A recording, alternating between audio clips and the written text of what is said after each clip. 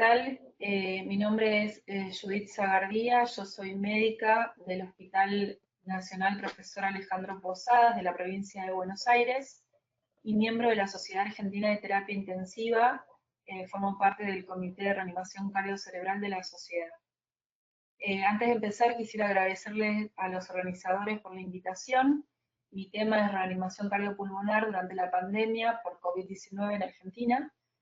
Y dividí la charla en tres partes. En una primera parte, resumidamente, voy a comentarles cómo es la institución donde estoy.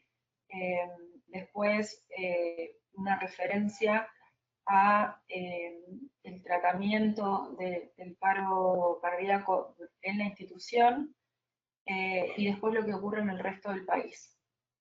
Bueno, empezamos. Este es mi hospital, es un hospital de la provincia de Buenos Aires, es un hospital nacional que atiende una consulta de demanda espontánea y derivación de un área de influencia de 6 millones de personas. Cuenta con 560 camas, 260 puestos de atención ambulatoria y 10 quirófanos. Es gratuito, es de alta complejidad, de agudos y público. Está dividido en sectores, que tiene un sector A y B que es pediátrico y maternal, es el sector materno-infantil, y un sector C y D que tiene un sector de adultos con atención en las salas de internación, unidad coronaria y terapia intensiva. En el Comité de Reanimación y Recuperación Cardiocerebral de la Sociedad Argentina de Terapia Intensiva, en donde me desempeño como directora, actualmente somos varios instructores, médicos y enfermeros certificados por la AJA en todo el país. Nosotros somos centro de entrenamiento de AJA y nuestro comité tiene más de 20 años de trayectoria. La misión principal del comité es la capacitación del personal de salud en la RCP básica y avanzada, y también colaboramos con otros comités en la capacitación de reanimadores legos en la comunidad durante los congresos nacionales. El coronavirus apareció en Argentina con su primer caso el 3 de marzo de un paciente masculino que había estado de vacaciones en Europa. Esa misma semana el Ministerio de Salud publica dentro del caso sospechoso la persona que haya tenido fiebre, síntomas respiratorios y contacto confirmados o probables, o historia de viaje, o que haya estado en zonas de transmisión local de SARS. Estas zonas de transmisión local realmente después se fueron ampliando y actualmente en la definición incluye los síntomas como fiebre y síntomas respiratorios, pero ya la transmisión es comunitaria. El 18 de marzo, es decir, 15 días después del primer caso, ya se contabilizaban 97 pacientes con COVID en 11 jurisdicciones distintas y 3 fallecimientos. Es así que el día 20 de marzo el gobierno nacional, el presidente de la nación, decreta el aislamiento social preventivo y obligatorio que obliga a las personas a permanecer en sus residencias habituales o en el lugar donde se encontraban en ese momento, y solamente podían trabajar el personal esencial.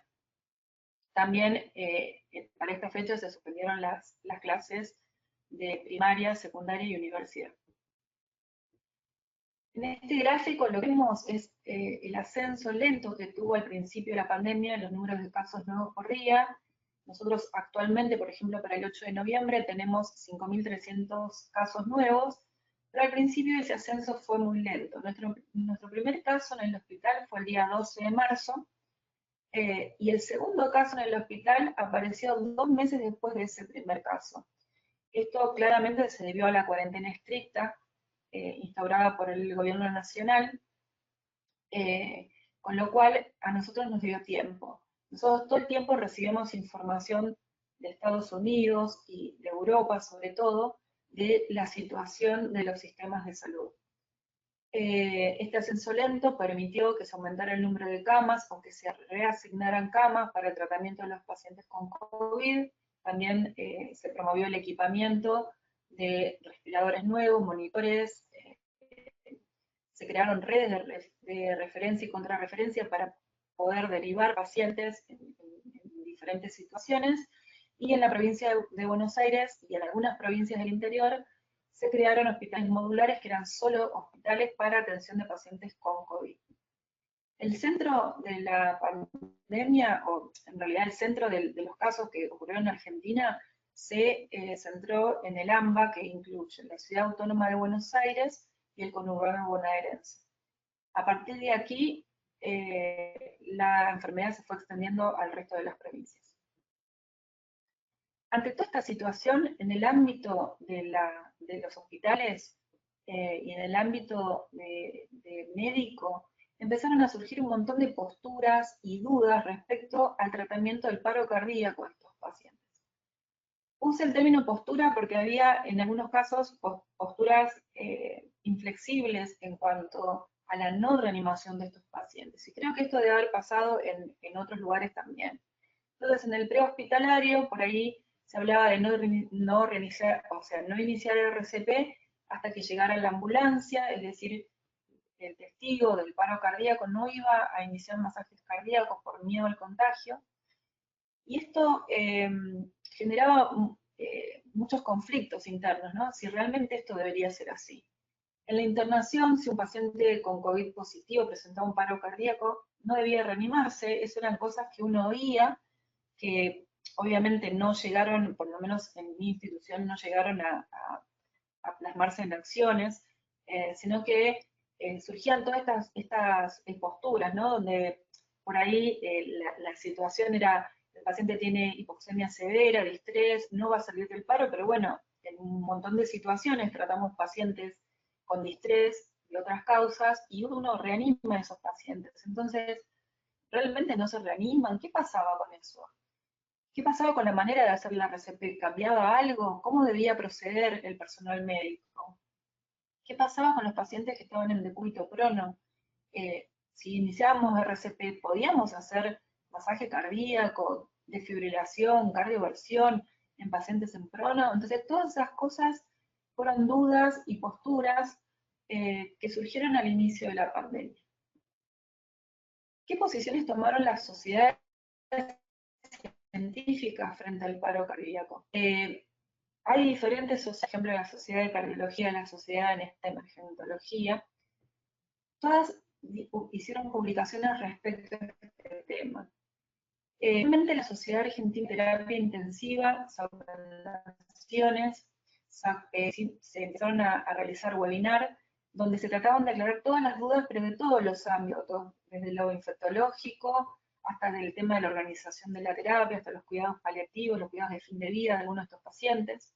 La Sociedad Argentina de Terapia Intensiva lanzó un par de cursos relacionados a la ventilación mecánica y a la RCP, al manejo de los equipos de protección de la vía aérea para personal de salud que iba a atender a estos pacientes, pero que no eran intensivistas. Y esto fue un problema importante en nuestro país. Nosotros, si bien hay oferta de residencias para hacer terapia intensiva, generalmente quedan plazas libres porque es una especialidad poco atrayente para los egresados de las universidades. Entonces, el personal de salud formado para el tratamiento de estos pacientes es escaso en nuestro país.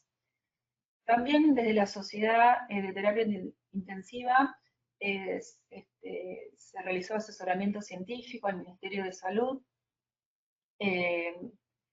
y en diferentes instancias, ¿no? En el tema de los protocolos de actuación y hasta en la evaluación de algunos respiradores muy rudimentarios que surgieron ante la problemática futura de que probablemente iba a haber escasez de respiradores. Las publicaciones que surgen, por ejemplo, de la Sociedad Argentina de Cardiología en el ámbito prehospitalario, también recomendaciones para tratamiento del paro cardíaco, que esto es de nuestro comité, de la Sociedad Argentina de Terapia Intensiva, protocolos de reanimación de la revista CONARET, que también es de cardiología, el Consejo Argentino de Resucitación, del cual forman parte diferentes sociedades científicas, también dieron sus recomendaciones para la realización de RCP en el contexto de la pandemia. Y la verdad que esto sirvió mucho para poder por ahí romper con esas posturas inflexibles que nombré al principio, y tratar de poder pensar al paciente más allá de reanimación sí, reanimación no, es decir, hacer una evaluación más completa del paciente y en el caso de decidir la no reanimación, ofrecer cuidados de fin de vida, de calidad. En este sentido, la Red Bioética para Latinoamérica y el Caribe de la UNESCO y diferentes sociedades científicas publican en la revista Medicina de Buenos Aires guías éticas para la atención durante la pandemia y básicamente lo que dice en referencia a la RCP es ofrecer a los pacientes o a los familiares un formulario de orden de reanimación si es que lo consideraban posible la no reanimación dentro de sus preferencias. Esto es algo que culturalmente en Argentina no está instaurado el prever, digamos, una internación y decidir no someterse a una reanimación cardiopulmonar. Y lo otro también era, digamos, que está plasmado en este documento, es no todos los pacientes, o sea, no se puede generalizar la orden de no reanimación para los pacientes solo por el hecho de tener COVID. Hay que evaluar otras cosas. Cuando me invitaron a esta charla dije, bueno, voy a buscar datos estadísticos de qué pasa con los paros cardiorrespiratorios en Argentina durante la pandemia, si hubo más casos, y la verdad que nuestro país no tiene datos estadísticos en referencia a el paro cardíaco y la reanimación prehospitalaria y hospitalaria. Y eso es un déficit que debería cambiar en un futuro. Entonces, lo que quiero mostrarles es qué es lo que pasa en mi hospital en este momento con la pandemia, o sea, cómo se preparó este hospital. Este hospital es uno de los más grandes de Argentina y es un hospital de muy alta complejidad. Desde el año 2015, en forma individual, diferentes sectores del hospital empezaron a trabajar en la RCP. Por ejemplo, nosotros empezamos a capacitar a nuestros residentes en el RCP básico y avanzado de manera sistemática.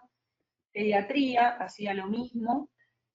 Y el sector de emergencias capacitaba en básico a otro hospital, a personal no profesional, y el hospital tiene un programa que se denomina El Hospital Va a la Escuela, donde se hace capacitación de alumnos de primaria y docentes. Como nexo, cada grupo de trabajo tuvo el departamento de docencia del hospital. Y a partir de ahí empezamos a plantearnos trabajar en conjunto, ¿sí? En el año 2017, el curso de RCP que dábamos desde la terapia intensiva, lo ofrecimos para el resto de la institución de manera optativa, o sea, no era obligatorio, y de manera gratuita. Y utilizamos simulación. Este curso, digamos, como una estrategia de atracción para el personal, sobre todo para el personal de enfermería, tuvo créditos del Instituto Nacional de la Administración Pública. Estos créditos le dan puntaje a la persona que haga el curso para la carrera profesional. Nuestro hospital no cuenta con un programa hospitalario de prevención y tratamiento del paro cardíaco, como he visto que en Europa por ahí hay varios hospitales que sí lo tienen. Entonces, esto fue un inicio para nosotros seguir trabajando en la implementación de un programa. Es algo que nosotros tenemos como visión a futuro, es decir, ser un hospital con un programa hospitalario de prevención y tratamiento del paro cardíaco. Entonces, en el año 2018, el servicio de clínica médica es un servicio grandísimo que tiene aproximadamente 160 camas a cargo, que en este momento pasaron las 200 por la pandemia. Incluyó esta actividad como obligatoria para todos los residentes de primer año. Y estuvo bueno porque no solo incluía a los residentes de medicina interna, sino que como especialidades básicas también estaba cardiología, terapia intensiva, dermatología, o sea, un montón de especialidades que pudieron hacer este curso de reanimación de manera obligatoria. Ese mismo año nosotros presentamos un proyecto de investigación al Ministerio de Salud para hacer un trabajo de investigación sobre cómo se organizaba la atención de estos pacientes en el hospital, ¿sí? y qué conocimiento tenían, aparte de la infraestructura necesaria para la atención de los pacientes, qué conocimiento tenía el personal. La verdad que este trabajo a nosotros nos permitió llegar a la dirección, mostrar nuestros resultados. De esta manera, para fines del 2019, principios de este año, organizamos una forma de redistribuir, por ejemplo, los cardiodesfibriladores en diferentes lugares donde faltaban, eh, reemplazar algunos cardiodesfibriladores que ya estaban obsoletos, ¿sí? Y por primera vez, digamos, pudimos implementar nuestros resultados en la gestión de la institución. También obtuvimos resultados muy importantes en cuanto a la capacitación del personal e identificamos claramente como un grupo de riesgo o como un grupo para trabajar fuertemente a enfermería, porque son los primeros respondedores de estos pacientes. Y es así que en el marco del Comité de Seguridad, de Prevención y Tratamiento del Paro Cardíaco, nosotros empezamos a trabajar con la cadena de supervivencia y nos quedó pendiente el primer eslabón. El primer eslabón, que es la prevención del paro cardíaco y el diagnóstico precoz del deterioro clínico, que es el más importante de todos. Entonces, este año, aprovechando la pandemia, empezamos a introducir este primer eslabón eh, como parte, ¿no?, de esta cadena que sin ese primer eslabón no es fuerte. Entonces, hicimos reuniones con el servicio de clínica médica, sobre todo, que era digamos, el grupo o el servicio que iba a atender más a estos pacientes, haciendo hincapié en que los pacientes eh, o sea, que tienen un paro cardíaco, sufren un deterioro previo, deben ser identificados previamente, que la intubación tardía, es decir, intubar a este paciente de manera urgente, empeora el pronóstico del paciente, o sea, claramente empeora su pronóstico. Que en las salas de internación los médicos que están ahí no tienen un buen manejo para la vía aérea porque no están entrenados para eso, y que había que evitar de cualquier manera eh, la intubación de urgencia, los intentos reiterados, ya que era una maniobra generadora de aerosoles. Capacitamos mediante simulación, por ahí era la simulación que vamos a aplicar, la realidad es que al no tener el tratamiento necesario, decidimos que las intubaciones no iban a ser realizadas primero por personal inexperto y después en las salas de internación. Dijimos que no, que los pacientes debían trasladarse a una unidad cerrada a tiempo, que la intubación la iba a hacer el médico con mayor destreza y cumpliendo las normas de bioseguridad, eso se hizo mucho en capacitaciones, que la intubación se iba a realizar en la unidad de cuidados intensivos, y esta fue una decisión que tomamos nosotros, como médicos de terapia intensiva, de trasladar a los pacientes lo más precoz que se pudiera a la unidad. Y obviamente evitar de cualquier manera el paro cardíaco en la sala. Y la verdad que no tuvimos ningún paro cardíaco en la sala. Y los pacientes fueron trasladados a la unidad de terapia intensiva, y cuando la unidad de terapia intensiva no tenían más camas, se habilitaron otros sectores como la unidad coronaria e incluso la terapia intensiva pediátrica. Ahora, ¿cómo implementamos, cómo hacemos esto, ¿no? ¿Cómo surgieron todos estos interrogantes?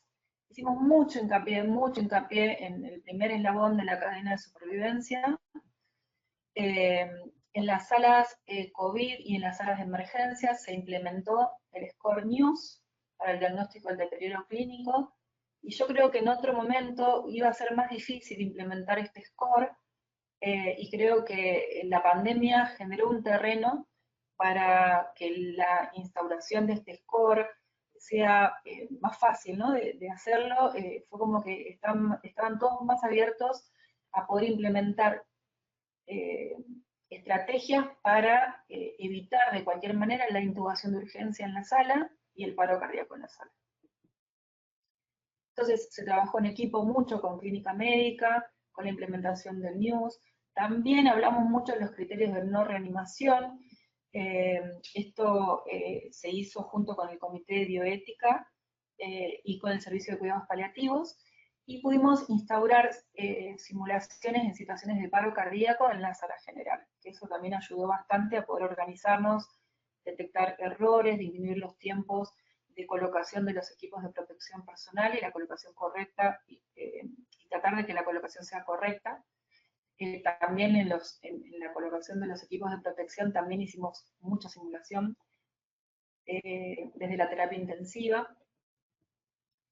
Y bueno, ¿qué pasa en otras instituciones? Yo quería mostrarles algo más y armamos con nuestro comité una encuesta corta que se distribuyó en todo el país, y estos son los resultados de 56 instituciones. Hicimos preguntas como: en la institución donde trabaja, en las salas de internación general, ¿existe o se ha implementado por la pandemia un sistema para diagnosticar precozmente a los pacientes con COVID y en riesgo de paro cardíaco? La verdad que la mayoría de estas unidades contestó que no, ¿sí? Y creo que eso realmente tiene que caer, pero tiene que ver que en todas las instituciones privadas, públicas, uno insiste mucho en cómo se va a hacer la reanimación, quién va a masajear, cómo va a estar conformado el equipo de reanimación, cómo se intuba, o sea, un montón de competencias que tienen que ver con los conocimientos, con el trabajo en equipo, pero el eslabón de la prevención no está instaurado en la mayoría de las instituciones. En las instituciones que contestaron que sí se implementó o que sí existe un sistema para diagnosticar el deterioro clínico, preguntamos qué tipo de sistema y queríamos ver si había scores validados o scores que utilizaran con más frecuencia. No pudimos detectar un score en particular. En lo que usaron scores, por ejemplo, el News o el QuickSofa, pero por la pandemia lo que se hizo fue que los pacientes eran evaluados por personal de la UCI y personal con más experiencia por ahí de la sala para decidir o para diagnosticar este deterioro, para decidir cuándo solicitar la intervención de la unidad de cuidados intensivos. También se interrogó sobre las órdenes de no reanimación, es decir, si se había consensuado pacientes a los cuales no se les iba a aplicar reanimación. Por suerte la mayoría contestó que sí, ¿sí? Y en algunos casos a veces se había consensuado y a veces no. Pero bueno, esto era algo que todas las sociedades promovían, ¿no? Sobre todo para gestionar mejor los recursos también. Con respecto a la calidad del RCP, se preguntó cómo pensaban que era la calidad del RCP, si la RCP era de la misma calidad o la calidad del RCP en pacientes con COVID era subóptima, y la mayoría contestó que sí, que era de menor calidad. Desglosando, digamos, la respuesta, muchos señalaban esta menor calidad en referencia al tiempo que se tardaba en colocar los equipos de protección personal y a la rotación del masaje cardíaco, porque el paro cardíaco era asistido por menor cantidad de reanimadores.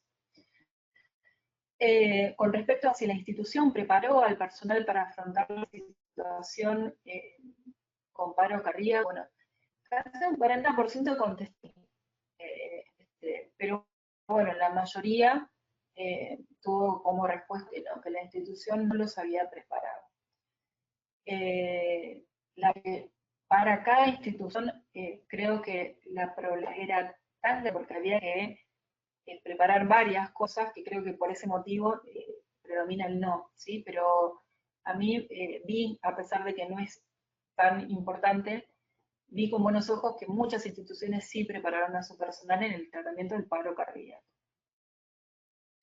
¿Y cómo lo hicieron? Y la mayoría contestó que les dieron clases teóricas y prácticas, lo cual no es lo ideal, pero bueno, y el menor porcentaje recibió una capacitación con simulaciones, que es lo indicado o lo aconsejado. Pero bueno, en esta situación de pandemia, de distanciamiento social, falta de personal, probablemente esto no haya sido posible. También hay que ver los recursos que tiene cada institución para poder implementar simulación. ¿Y cuál es la situación actual en mi país? Actualmente, y estos son datos del 8 de noviembre, el total de afectados por COVID es de 1.200.000 personas, infectados activos 145.000, recuperados más de 1.000.000 y fallecidos 33.560. Lo que yo puedo decir, porque si uno ve el número de fallecidos y lo compara con la cantidad de habitantes que tiene nuestro país, probablemente es alto, pero por ahí lo que quiero remarcar es que la cuarentena estricta que fue al inicio de la pandemia, a nosotros nos permitió la preparación y por el otro lado tuvimos un pico sostenido que se extendió desde fines de septiembre hasta la primera quincena de octubre, después los casos empezaron a disminuir, nos permitió no llegar a instancias que nosotros veíamos que ocurrían en el exterior, es decir, a tener el sistema de salud colapsado. Siempre estuvimos con un sistema de salud al borde del colapso. Hubo varias bajas de médicos que se enfermaron, enfermeros, muchos enfermeros fallecidos por esta enfermedad, pero no llegamos al sistema de colapso de tener pacientes tirados en la guardia esperando una cama o en la casa con oxígeno, o sea, nada de eso ocurrió.